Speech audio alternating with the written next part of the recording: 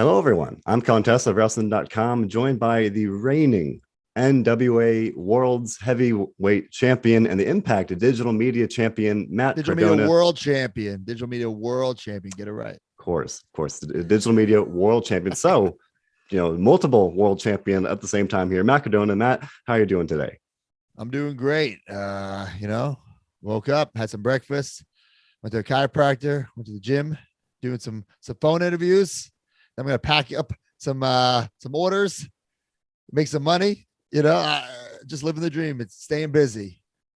You most certainly are. Yet again, here we are. Plenty to talk about. Might as well dive right in. You are the new NWA Worlds Heavyweight Champion. You defeated Trevor Murdoch at NWA Power Trip.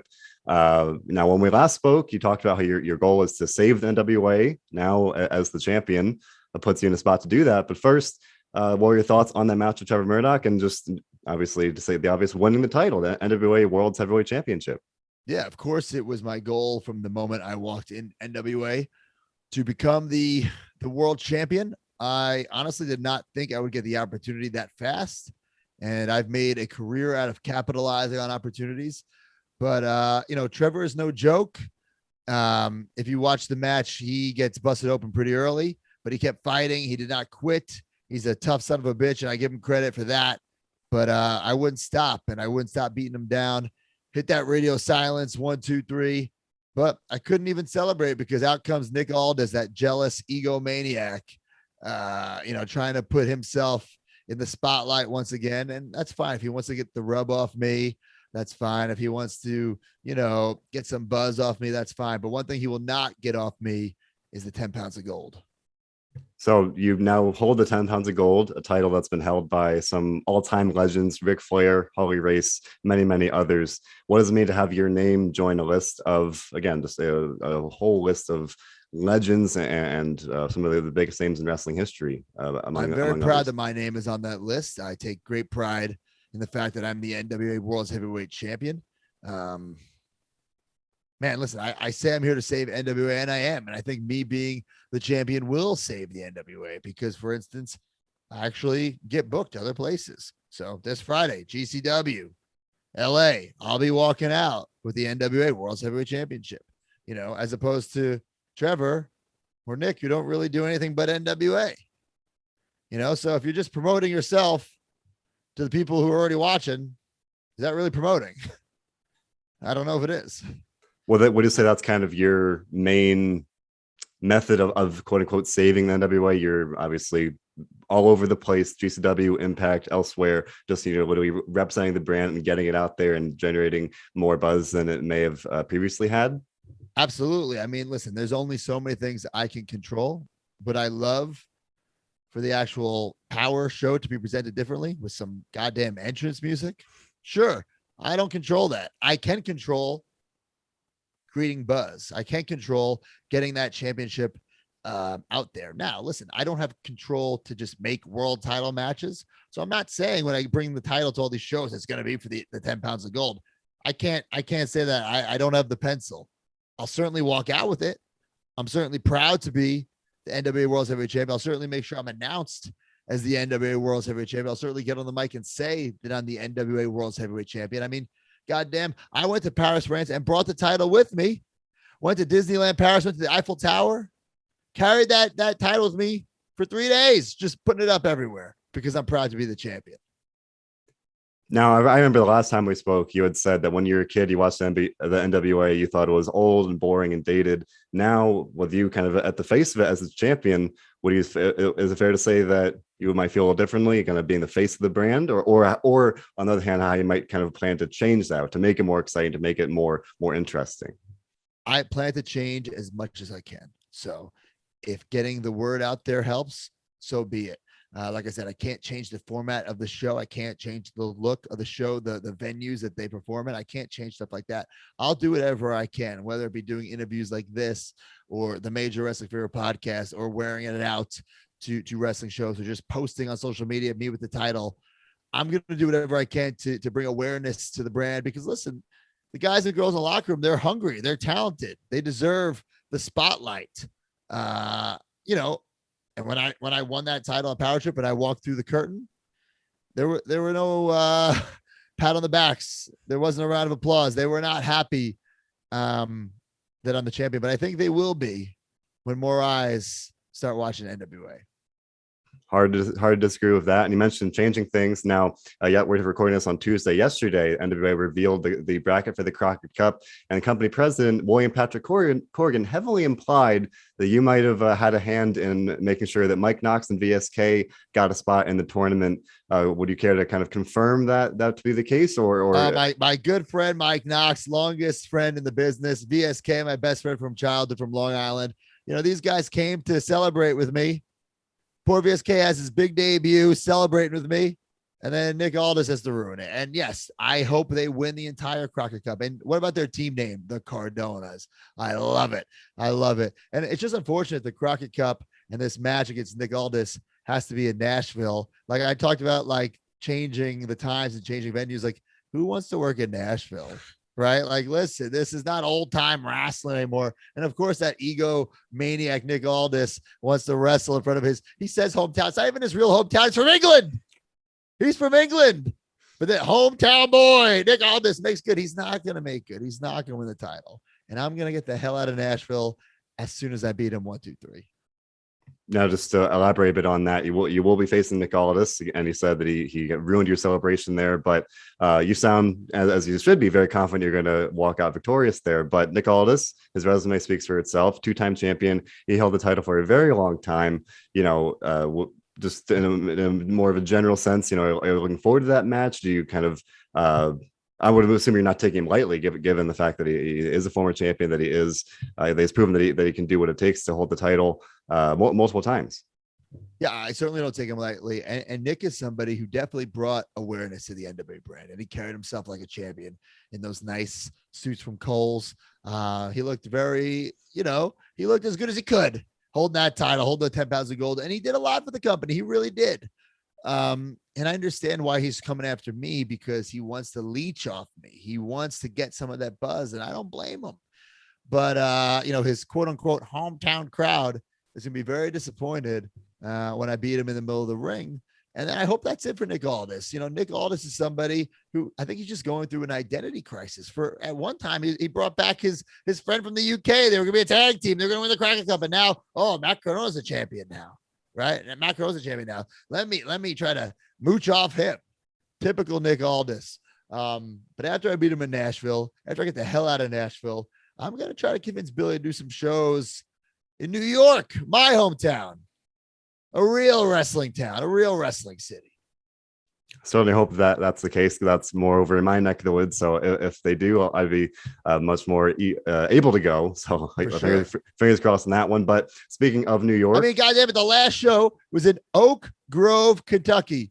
Where the fuck is Oak Grove, Kentucky? Couldn't you know what I'm saying? Does that sound like the city that hosts a major wrestling event? You think WrestleMania would ever be held in Oak Grove, Kentucky? You think AEW All In would ever be held in Oak Grove, Kentucky? Come on. Probably not. But Probably not. New York is a big wrestling town. That's why it held the World on GCW, a big show for GCW last month. You, of course, we talked about it the last time that we spoke. You faced Joey Janela and what wound up being a wildly entertaining match. We had a cameo from Swoggle. We had Vincent wearing a Vincent Kennedy McMahon mask coming out of Vince McMahon's theme song. We had a Brian Myers cameo, and that ultimately tipped the outcome. This match was just wild from start to finish, and you wound up getting the win. Only gave it 1 star. That's I see. If that was Nick Jackson versus Matt Jackson in the Tokyo Dome with all their BTE run-ins, it would have been, what does he do? I don't even know how many stars he gives. It would have been the most amount of stars, 10 stars. I thought it was great. I thought it was very, very entertaining. So did the people. I thought it was amazing, and just there's something about the Vince McMahon spot specifically. I thought that was hilarious. So what was some of your kind of the creative process going into that match? Because it felt like based on what we've seen you do so far, that you had a big hand in that. I knew as soon as we were working Hammerstein that I wanted to do a special entrance. I had Downstate work on a Enter Sandman-esque version of my When the Lights Go Down. And it was awesome. Originally, I was going to come from the crowd, But I realized two things. One, I don't trust the GCW universe. I didn't trust that they wouldn't push me or shove me and I'd fall over a balcony and die. Also, I didn't trust the bootleg production and cameraman to catch me doing the entrance. So I figured, hey, I'll just come out traditionally, all eyes on me, and I'm glad I did it that way. Yeah, the Enter Sandman like theme song, and you also had a red flannel vest with F McFoley written on the back. Oh, I'll say it said fuck McFoley. that it did, and Mick responded to it. Basically said that he likes the work you're doing, but on the also of course, now he's trying to be the baby face. Now he's trying to get on my good side. Fuck McFoley. There you have it. But I thought the entrance and the vest and everything really set the stage for what, like I said, what was a very fun match. It was Game Changer Mania, baby. And that was your WrestleMania, your Game Changer entrance, your WrestleMania entrance. As you said the last time we spoke, I thought you knocked it out of the park. So that was very, very cool to see. Like I said, very a chaotic match. You got the win, but then you talked about a minute ago, Nick Aldis ruining your celebration. A little bit of a precursor, or I guess I should say a sequel to what happened here. Sean Waltman, the legendary Sean Waltman, ruined your celebration, came out and really soured the mood there. Is that fair to say? Yeah, I mean, first of all, I already had a broken nose. He comes and gives me that X factor of my already broken nose. Horrible. The disrespect that Sean Waltman showed me, and I've told the story many times. Christmas 1994, all I wanted was a Hasbro 1, 2, 3 kid figure, and my parents couldn't afford it. They couldn't get it for me. But years later, I saved up all my money, and it was the first thing I ever bought on eBay in 1998. It was this 1, 2, 3 kid Hasbro figure. I kept it in the box all these years. And last year at WrestleCon, I met Sean. I got Sean to sign it. We took a nice picture. I thought we were buds. And then he does that. This week, I'm going to fucking burn it. I'm going to burn that figure. I'm going to post a video because I don't want Sean Waltman in my life. He ruined my Christmas and he ruined my Hammerstein moment. You may not want him in your life, but he will be in your life. We're recording this on Tuesday, this Friday, February 25th at Welcome to Heartbreak, GCW show out in LA. Was media to be facing, even if you're not exactly on good terms right now, based on what you're saying about burning the figure, but showing the ring with a legend like Sean Waltman. This will be his first match since 2019. So that's got to feel like another. Last. This comeback is not going to last long. I understand, he for once in his life decided to eat his protein, go to the gym. That's great. He looks great. And he is an absolute legend, but the Attitude Era is over. It's over, Sean. It's not time for a comeback. It's time for you to go away, do your own podcast. I don't know. Go get a job and run NXT or something. I don't know. Do something, because getting in the ring with me and Brian Myers, we are in the middle of, our peak, our prime. And to mess with Joey Janela again, I thought I was done with this guy. I thought I put him out of his misery.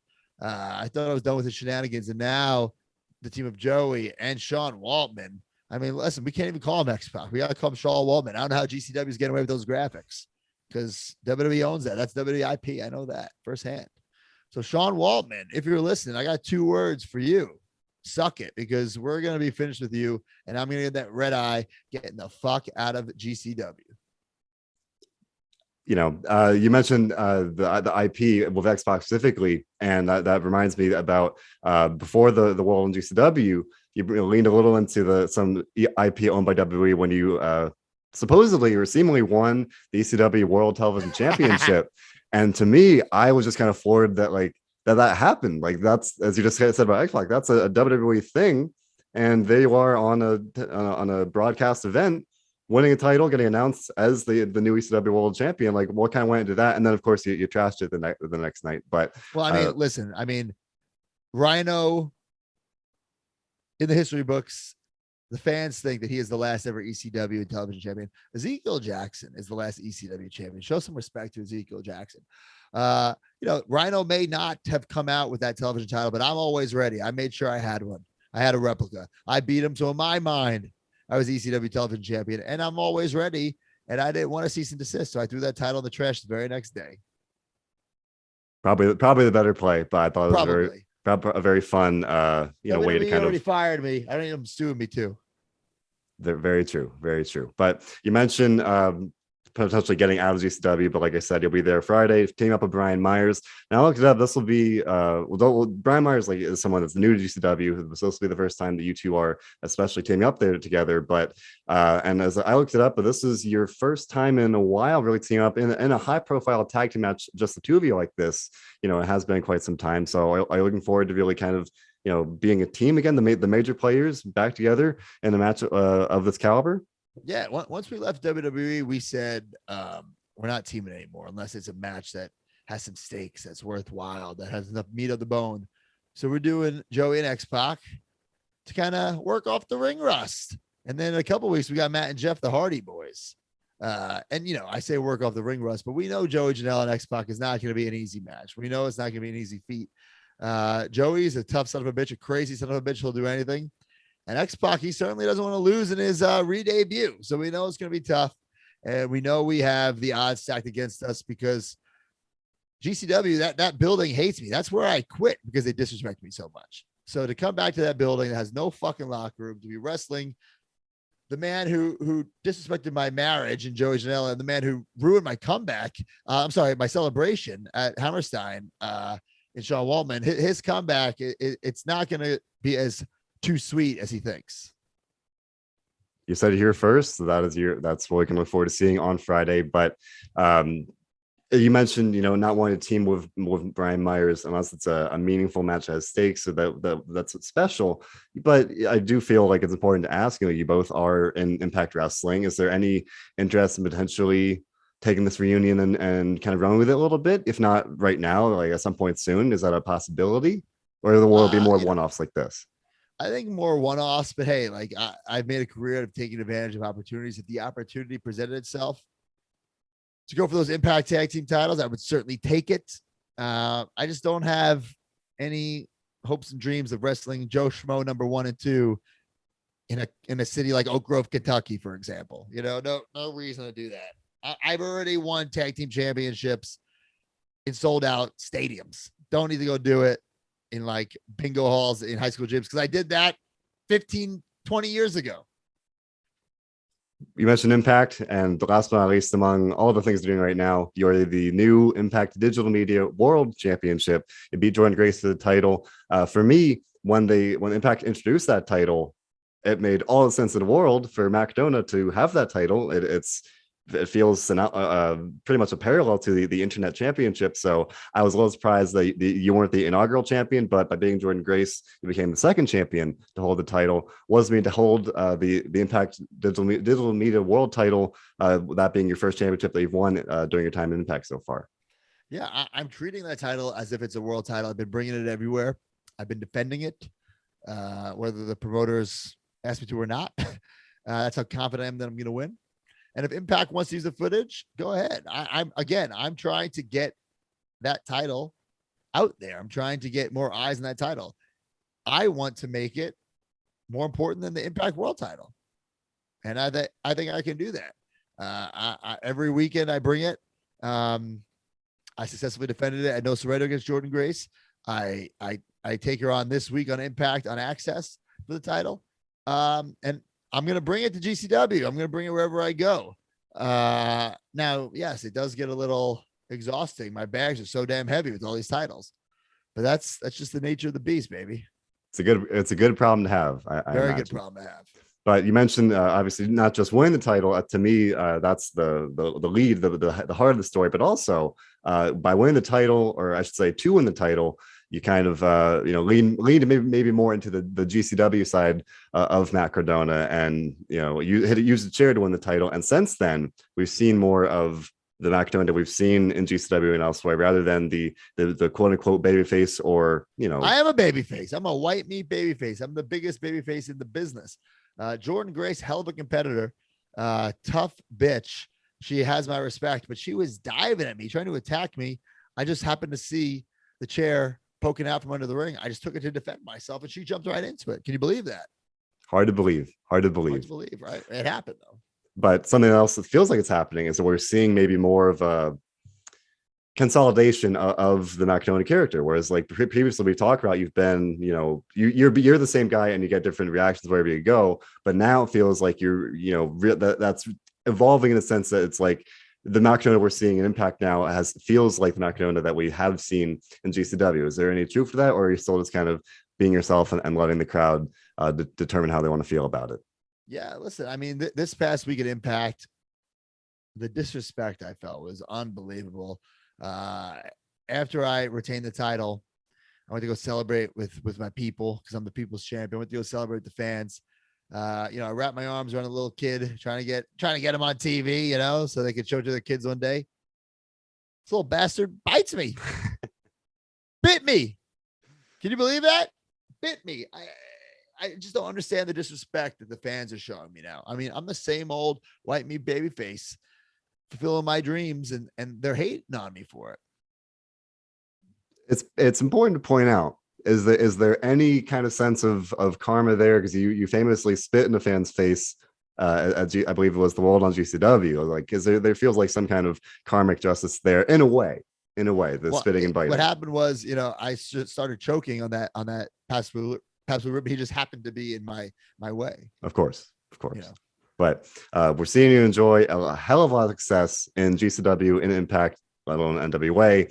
And I feel like it's a very fair question looking forward here of you're doing so much, you're succeeding everywhere. But and I should even mention AIW, beyond, elsewhere as well. But beyond that, the titles you've already won. I mean, I've seen many people, myself included, kind of comparing you to the belt collector now of winning all these titles, really just thriving and reaching new heights. Where do you go from here? Are there any other promotions you want to go to and try and get the titles there? Like, what's the kind of goal now that you've already? When we last spoke, your goal was to be the NWA champion. Done that. Won a title in Impact, a world title in Impact. You've done that. So what's next? When people typically get released from WWE, they have a good couple months, and then they got to lower their booking fee because same old shit. Saw this guy before. I'm the opposite. Like, I should raise my booking fee. The amount of booking requests I get daily, it's hard to keep up with. What is it? It's February. I'm already booked into August, and there's people trying to book me further than that. I'm staying busy, and all these promoters that they want me to work for them. What's next, you guys? If they want me for a certain date, if they want to pad the lope, I'll be there. I don't care who I'm wrestling. Would I like to go over to Japan, work for New Japan? Yeah, that's something that's definitely a goal of mine. I would prefer to work in the Japan version of New Japan. You know what I'm saying? Not the US version of New Japan, but whatever's going to book me, I'll do, because I am here for buzz, money, and gold. You know what I'm saying? It doesn't need to be this big mainstream show.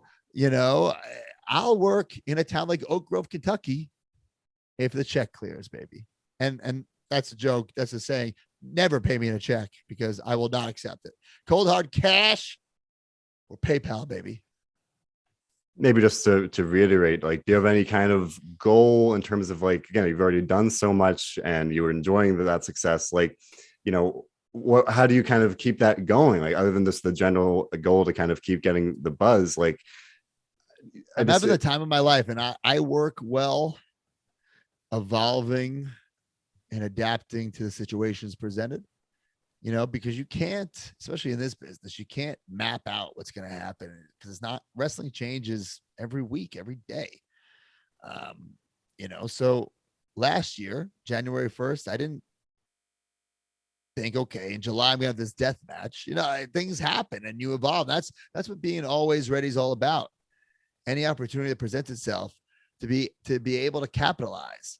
I proved when I started the YouTube show, Z Trolling Out a Story, over a decade ago, I proved that, you can bust your ass, use the internet, use social media, and change your position in a major wrestling company. Nobody ever did that before. And I opened up the floodgates for a whole generation of wrestlers. And now 10 years later, I want to prove that you don't need AEW. You don't need WWE to be a successful, keyword successful, professional wrestler. Now, I have nothing against WWE. I love WWE. Nothing against AEW. I love my time there too. My cup of coffee there was good. And if either of those companies came to me and wanted to use me, of course I would have that conversation. But I don't wake up every morning thinking, oh man, what do I got to do to get back to WWE? What can I do to get on Dynamite? I don't give a shit.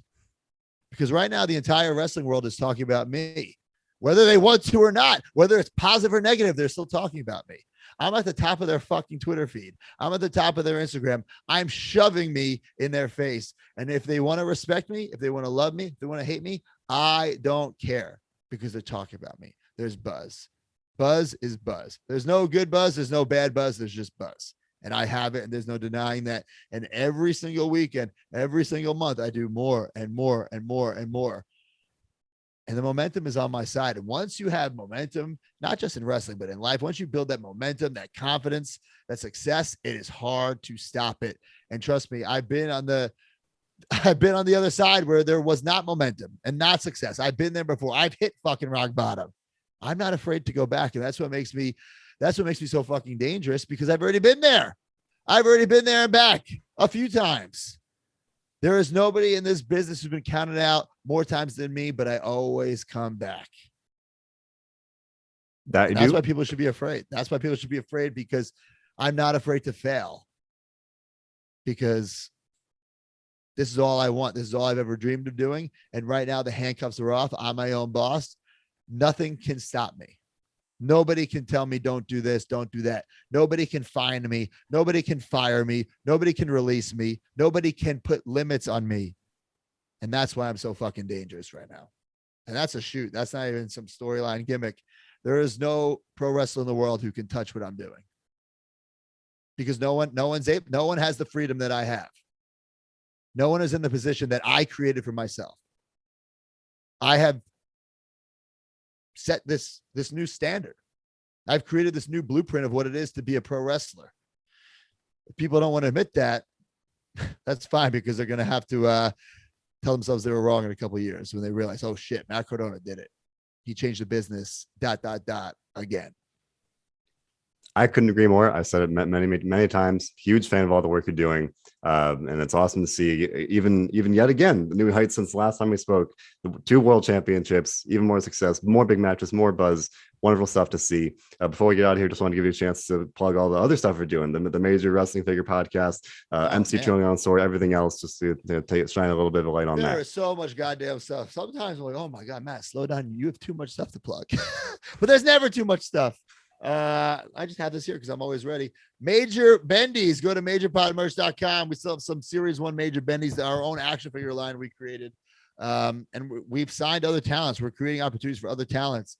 We're paying other talents royalties, signing bonuses. We're putting food on people's tables. We're trying to help the business. But yeah, listen, I have so many different things to plug. Nick Aldis, Crockett Cup. I think that's my number one right now. The NWA Worlds Heavyweight Championship is on the line. I'm coming out with that title. I'm walking out with that title, and I fully intend of walking out. It's just a shame that it has to be in Nashville, Tennessee.